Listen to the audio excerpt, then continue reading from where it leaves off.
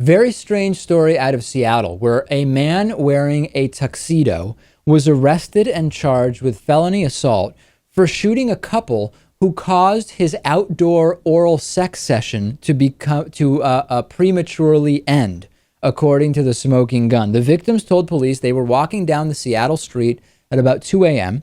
when they got into a verbal argument. And when they turned a corner, they saw 64-year-old Paul Hunter standing in an alcove receiving oral sex from a woman.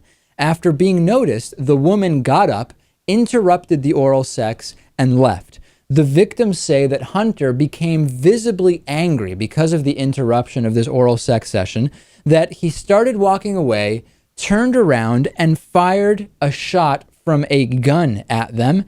After that, he continued walking away. They fortunately were not hit.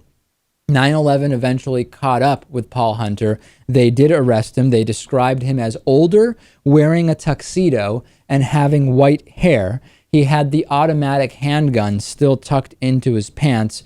He also was reportedly highly intoxicated. Lewis, what a half-cocked idea to stand your groin. To stand your ground after your oral sex session is interrupted. It's very lucky that nobody was shot. But again, is this a responsible gun owner? Is this evidence that having guns where people are drinking is a good idea? I think the obvious answer is no. I assume that there is a law that states that he can't have that on him while intoxicated. Most states have laws like that. But, I mean, of course, those who were in defense of guns will say that this guy's not a responsible gun owner. He's one of the bad ones.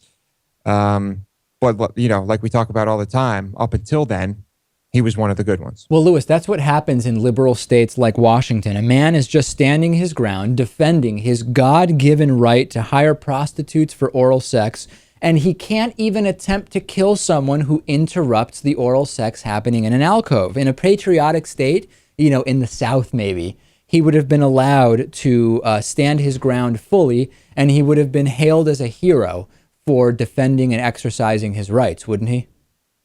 Perhaps. I'm sure some people still hail him as a hero, and I just hope he gets put away for a very long time. Yeah, I don't know if it's going to happen. But just to be clear, alleged prostitute. It has not been confirmed that the woman he was receiving oral sex from in an alcove at 2 a.m. had been paid for the sexual act. That is only speculation. We don't know that for a fact.